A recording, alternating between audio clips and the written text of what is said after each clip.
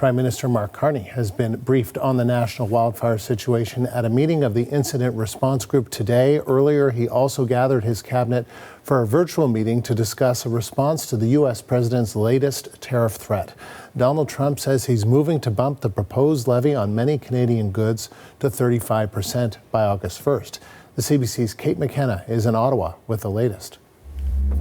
Well, we heard something new from Prime Minister Mark Carney on his way into that meeting, where he essentially acknowledged that no country so far has managed to negotiate a new trade deal with the United States that doesn't have some sort of tariff attached to it. Now, of course, we know that Canada is working on an August 1st deadline to negotiate a new plan, a new agreement with the United States when it comes to trade. And initially, the plan, according to Canadian officials, was to have all tariffs lifted. Today, a slight change in tone from the Prime Minister on that front. This, of course, comes less than a week after the President sent a letter to Canada telling the country that there would be a 35% tariff on goods that are not compliant with the existing free trade agreement. This meeting was called in response to that as well. The Prime Minister is set to meet with the premiers early next week. Take a listen to some of what he said on the way in.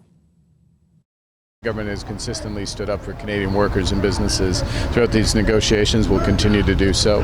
I expect that the discussions will intensify between now and the end of the month, and we'll be working hard on that. At the same time, we need to recognize that the commercial landscape globally has changed. It's changed in a fundamental manner, and we will continue to focus on what we can most control, which is building a strong Canadian economy. In addition to working to get that new deal with the President of the United States, one of Mark Carney's key focuses has been trying to remove interprovincial trade barriers, try to get the economy going on different fronts, improve Canada's productivity so that Canada is more resilient in the face of these tariff threats. Now, it is worth noting this new 35% threat is only applying on goods that are not compliant with the current free trade agreement. And it's worth noting that more than 90% of exports are compliant with CUSMA. So this threat doesn't have the same kind of weight that it would if it were completely broad-based. However, there are other sectoral tariffs as well. We know that there are tariffs on steel and aluminum. Donald Trump has said that he wants to target pharmaceuticals, copper, the auto industry. All of this still very much in play. Melanie Joly is the industry minister. Here's what she said coming out of this meeting. We had a very good and thorough conversation with the Prime Minister and the different ministers that are working on the Canada-US relations. Of course, I've said it many times, we won't negotiate in public, but the goal is to make sure that at the end of the day, we are protecting Canadian workers and we are making sure that Canada's interests and Canadians' interests are protected.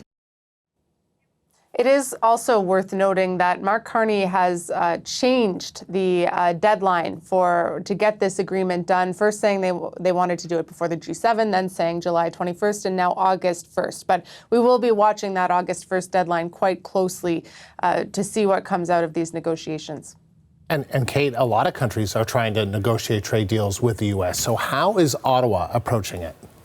Well, Mark Carney has taken a leading role himself. He has been the one who's been having private conversations with the president, trying to work something out. And publicly, the two men seem to have an affinity for each other. They've complimented each other. We saw Mark Carney, when he went to the White House, call Donald Trump a transformational president. We also heard Donald Trump say nice things about Mark Carney. But of course, as you point out, a lot of countries are in this exact situation, and we'll have to wait and see what Canada is able to get out of this deal.